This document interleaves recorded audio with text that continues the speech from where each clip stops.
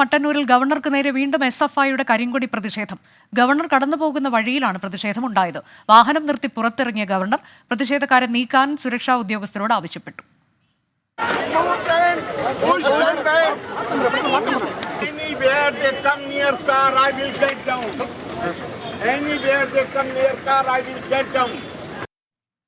സജോ ദേവസ്യ വിശദാംശങ്ങളുമായി. സജോ, നേരത്തെ തന്നെ പ്രതിഷേധക്കാർ അവിടെ ഉണ്ടായിരുന്നു, പക്ഷേ പോലീസ് അവരെ നീക്കം ചെയ്തിട്ടില്ല എന്നാണ് മനസ്സിലാക്കാൻ കഴിഞ്ഞത്. എന്താണ് ഇന്ന് സംഭവിച്ചത്?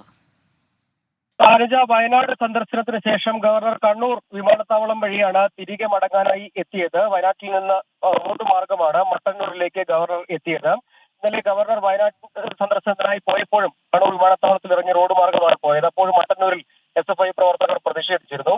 ഇന്ന് അദ്ദേഹം സന്ദർശനം പൂർത്തിയാക്കി തിരികെ മട്ടന്നൂരിലേക്ക് എത്തിയ സമയത്തും റോഡിൽ മട്ടന്നൂർ നഗരത്തിൽ തന്നെ 40ഓളം വരുന്ന SFI പ്രവർത്തകർ പ്രതിഷേധിക്കുന്നതിനായി തമ്പടിച്ചു നിന്നിരുന്നു. ബാനറുകളും ഫ്ലെക്സും പ്ലക്കാർഡും ഒക്കെ എന്തി അവർ ഗവർണർക്കെതിരെ മുദ്രാവാക്യം ഉയർത്തി പ്രതിഷേധവുമായി തമ്പടിച്ചിരുന്നു. പക്ഷേ പോലീസ് സുരക്ഷാ മുൻകരുതൽ എടുക്കുന്നതിൽ പോലീസിന്റെ ഭാഗത്ത് നിന്ന് വീഴ്ച ഉണ്ടായിട്ടുണ്ട്. അതിന്റെ കാരണം സാധാരണ ഇത്തരം പ്രതിഷേധങ്ങൾ, കരിങ്കൊടി പ്രതിഷേധങ്ങളുടെ സാധ്യത ഉണ്ടാകുമ്പോൾ അവരെയൊക്കെ മുൻകൂട്ടി തന്നെ നീക്കം ചെയ്യാറാണ് പതിവ്. ഇത്തവണ പക്ഷേ പോലീസ് അത്തരമൊരു നടപടി സ്വീകരിച്ചില്ല. റൂറൽ SP ഹേമലത അടക്കമുള്ള ഉന്നത ഉദ്യോഗസ്ഥർ സ്ഥലത്തുണ്ടായിരുന്നു. വൈകിയാണെങ്കിലും കണ്ണൂർ സിറ്റി പോലീസ് കമ്മീഷണർ അടക്കമുള്ള ആളുകളും സ്ഥലത്തേക്ക് എത്തി. വലിയ പോലീസ് സന്നാഹവും ഉണ്ടായിരുന്നു.